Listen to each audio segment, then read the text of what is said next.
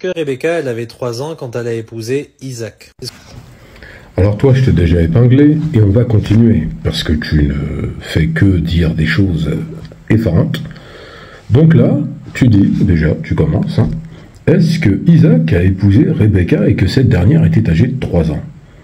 La réponse est non, puisqu'en fait, cette, entre guillemets, cette rumeur, ou j'ai envie de dire cette hypothèse, est le fruit d'une tradition rabbinique largement minoritaire et n'est pas nécessairement justifiée par le texte.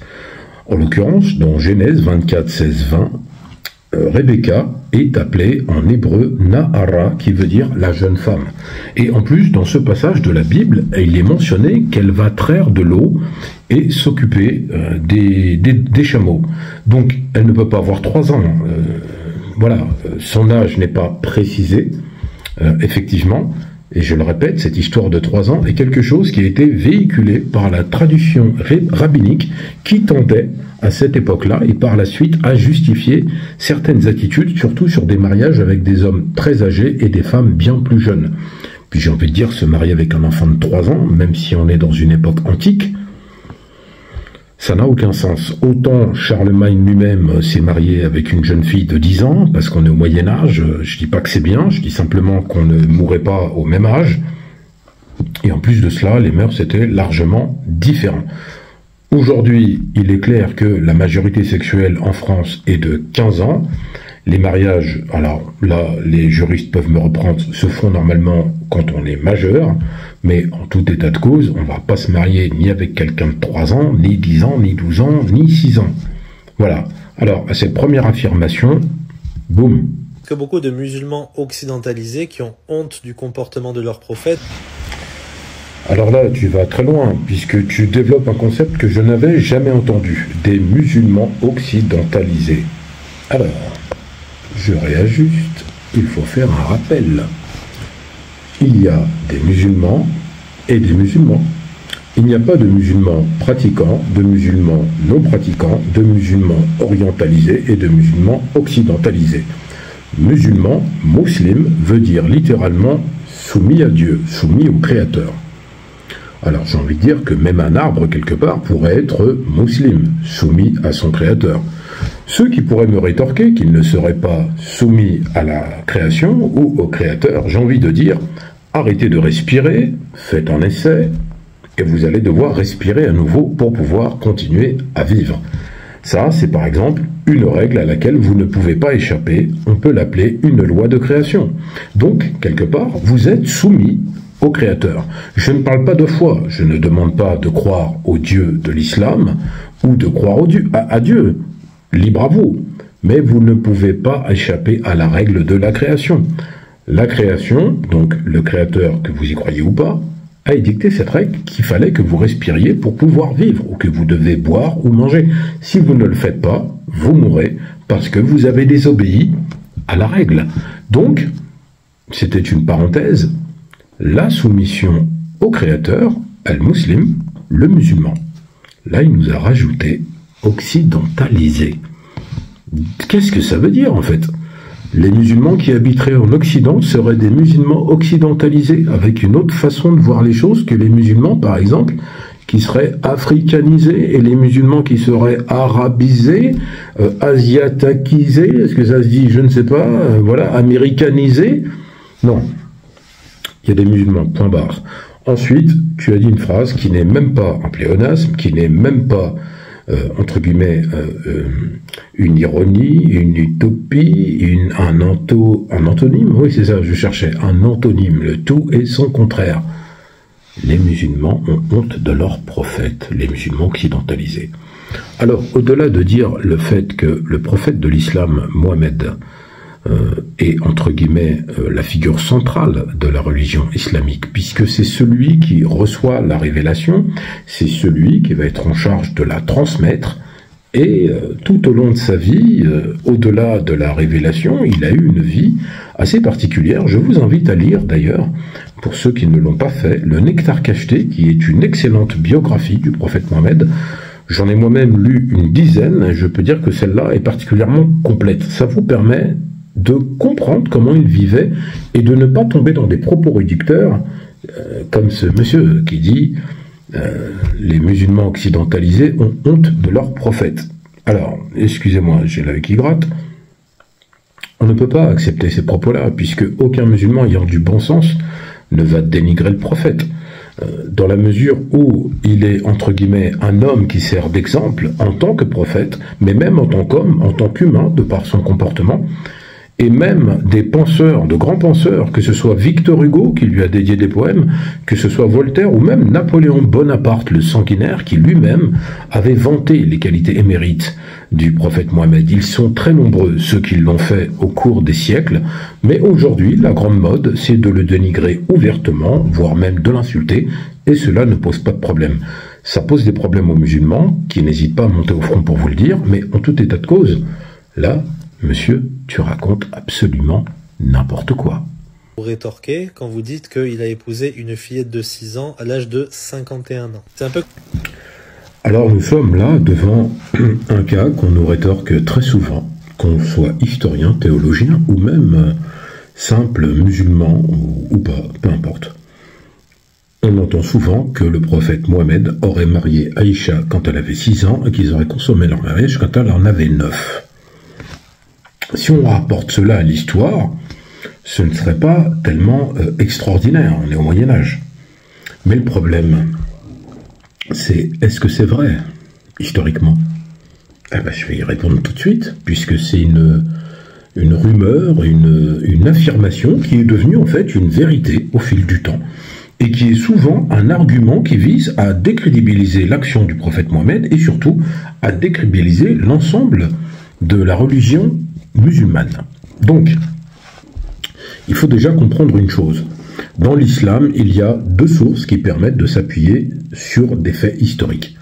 Le Coran, qui est la révélation divine, qu'on y croit ou pas, je le dis tel que c'est édicté, arrivé en 610 dans la grotte du mont Hira, par l'intermédiaire de l'archange Gabriel, à Mohammed. Ensuite, ce dernier a l'autorité de prophète, avec un statut particulier. Ar-Rasoul, à contrario de Al-Nabi, Ar-Rasoul est le messager qui amène une révélation. Donc, le prophète Mohammed va accomplir sa mission pendant une durée de 23 années, jusqu'à sa disparition en 632, dans la ville de Médine. Et à la suite de cela, vous avez donc cette révélation qui est authentifiée pour la simple et bonne raison où, lorsqu'il a reçu ces versets-là tout au long de cette période, de 23 années, elle a été écrite, mais surtout retenue par cœur par beaucoup de ses compagnons, mais écrite par Zayd ibn Thabit, son fils adoptif, et Jafar, pour ne citer que cela, qui avait la qualité de scribe et qui écrivait au fil de la révélation, et qui ensuite allait, par exemple, l'enseigner ou le communiquer à d'autres compagnons qui n'étaient pas dans la proximité immédiate du prophète. En tout état de cause, le Coran, tel quel, date de l'époque du prophète, il en est le contemporain, et ensuite vous avez une deuxième source qui s'appelle la Sunna, les hadiths. Donc la Sunna, c'est la tradition. Les hadiths, qu'est-ce que c'est? Les hadiths, ce sont en fait des paroles ou des actions que le prophète a accomplies et qui sont rapportées par des témoins. Un exemple très concret, une femme passait près d'un puits, et cette femme, chaque jour, prenait dans sa chaussure, enfin sa bottine, si vous voulez, de l'eau pour le donner aux chiens qui ne pouvaient pas aller dans le puits chercher de l'eau. Cette femme avait ce qu'on appelle des mœurs légères, elle faisait l'objet de critiques et de jugements. Le prophète, la voyant faire, dit à ses compagnons, « Cette femme a pris sa place au paradis ».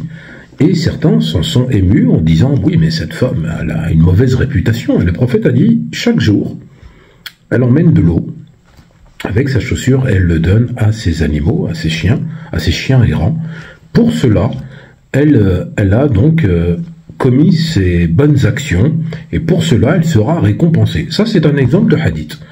Après, il faut aussi, excusez-moi, je réajuste, il faut aussi apporter de la nuance aux hadiths. Il y a ce qu'on appelle les hadiths faibles, qui ont une chaîne de transmission. Qu'est-ce qu'une chaîne de transmission? Ce sont les gens qui vont rapporter, comme je viens de vous le raconter, avec l'histoire du puits et du chien, et des chiens, qui vont vous rapporter une histoire qui n'est pas nécessairement la même qu'un autre compagnon qui va la rapporter, cela va amener une faiblesse à la chaîne de transmission, ou alors on va perdre la transmission au fil des générations. On appelle ces hadiths des hadiths faibles.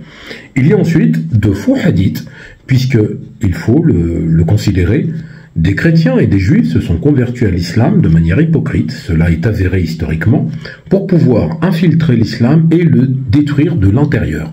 Pour cela, ils vont rapporter des milliers, pas des dizaines ni des centaines, des milliers de faux hadiths qui vont accréditer une position, par exemple, du prophète alors qu'il n'a pas dit cette parole ou n'a pas commis cet acte.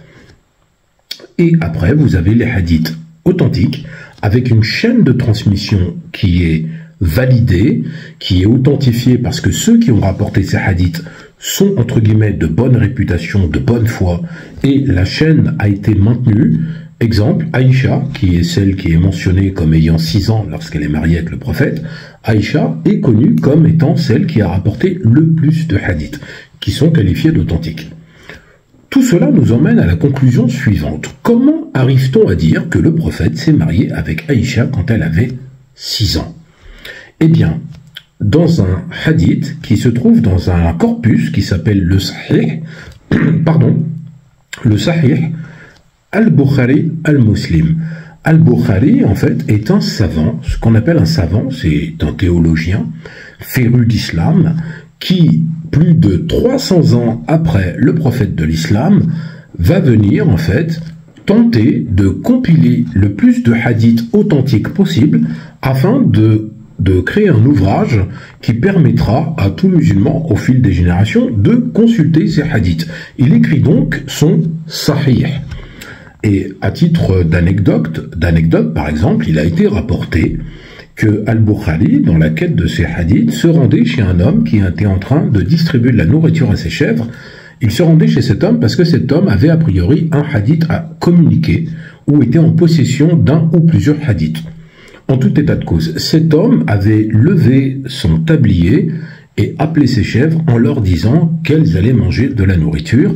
Quand Al-Bukhari s'approche, il constate qu'en fait, dans le tablier, il n'y a rien. Et salue l'homme et repart. L'homme lui dit, mais attends, tu étais venu, je sais qui tu étais venu pour m'écouter dire un hadith. Et Al-Bukhari lui rétorque, si tu es capable de mentir à tes chèvres, eh bien tu es capable de me mentir, donc je ne veux même pas écouter ton hadith et je repars. Cette anecdote vous donne, entre guillemets, l'engagement d'Al-Bukhari à vraiment rester dans une ligne authentique. Néanmoins, maintenant on apporte une précision. Vous avez par exemple des rapporteurs de hadith ou même de grands théologiens de l'islam, comme El-Khazali par exemple, qui de lui-même, ou Hanbal, ce qu'on appelle les écoles, ou l'imam Malik, vous voyez, il y a plusieurs écoles, par exemple au Maghreb, on parle de l'école maïlékite. Eh bien, ces grands leaders qui ont formé ces 4 écoles de l'islam ont eux-mêmes dit que s'ils tenaient une parole et qu'un hadith authentique venait à la contredire, il faudrait se fier au hadith authentique. Voilà, le cadre est posé, désolé si c'est un peu long, mais ça vous permet de bien comprendre. Maintenant, je reviens à cela. C'est dans le Sahih al-Bukhari que l'on trouve le fait que le prophète Mohammed se serait marié avec Aïcha quand elle avait 6 ans et qu'ils auraient consommé le mariage quand elle en avait 9. Et là, ça devient problématique. Pourquoi? Al-Bukhari n'est pas un prophète, Al-Bukhari n'est pas un historien, Al-Bukhari a récolté les propos qu'on lui a racontés.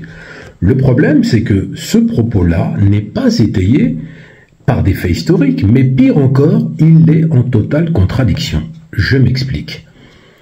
Quand Aïcha est née, elle a une grande sœur, et on sait par rapport à l'âge de sa sœur, entre guillemets, de quel âge elle avait, quand la révélation est arrivée.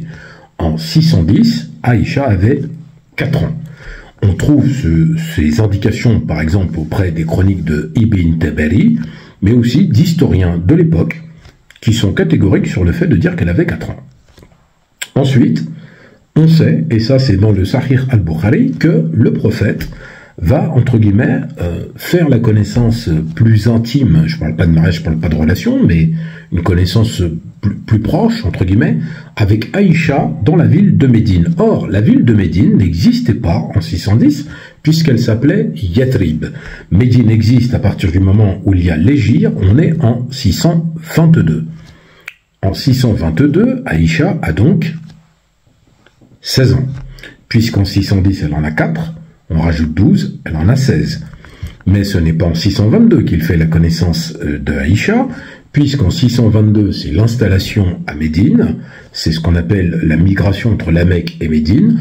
Après, la ville est rebaptisée Al-Madinat al-Rasoul, la ville du prophète, Al-Madina, qui veut dire la ville. Donc Médine, et là, ce qui se passe, c'est que nous sommes en 624, quand le prophète Aïcha, entre guillemets, se rapproche. Elle a donc 18 ans. Et c'est l'année suivante qu'il va se marier avec elle. Elle en a 19.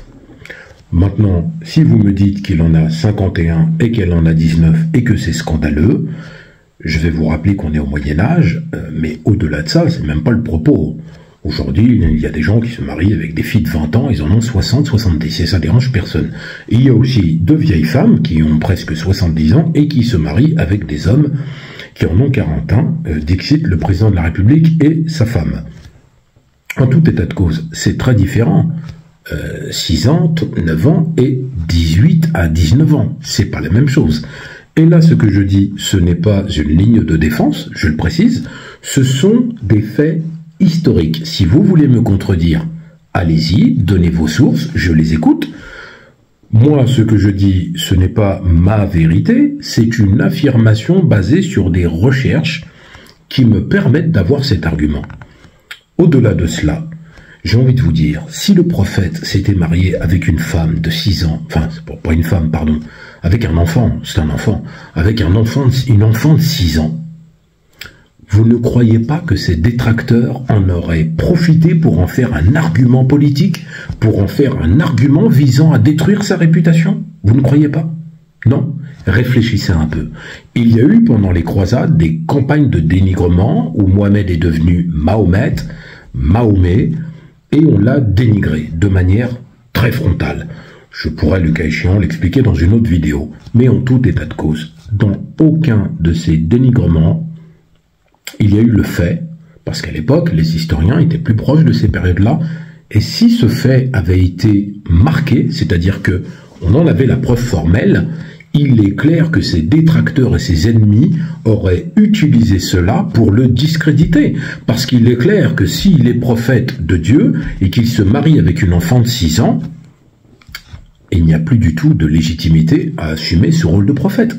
Tout ça pour vous dire que le prophète, à distinguer de l'homme, avait sa mission qu'il qualifiait de divine, et dans le cadre de cette mission, il ne pouvait pas se fourvoyer en se mariant avec une jeune fille de 6 ans, une enfant. Et en tout état de cause, bien que le prophète ait toujours assumé le fait qu'il aimait les femmes, qu'il aimait en premier le musc, les femmes, il l'a dit, en tant qu'homme, mais regardez bien, quand le prophète s'est marié avec Khadija, sa première épouse, tant que Khadija était vivante, il ne s'est jamais remarié avec qui que ce soit d'autre. Il n'y a pas eu de polygamie. C'est simplement après le décès de Khadija, qui a été une période très triste pour lui, puisqu'elle est morte à cause de la famine imposée par les habitants de la Mecque, les Mécois, qui avaient éloigné les musulmans à la périphérie de la ville, que là, il va entreprendre plusieurs mariages pour des alliances.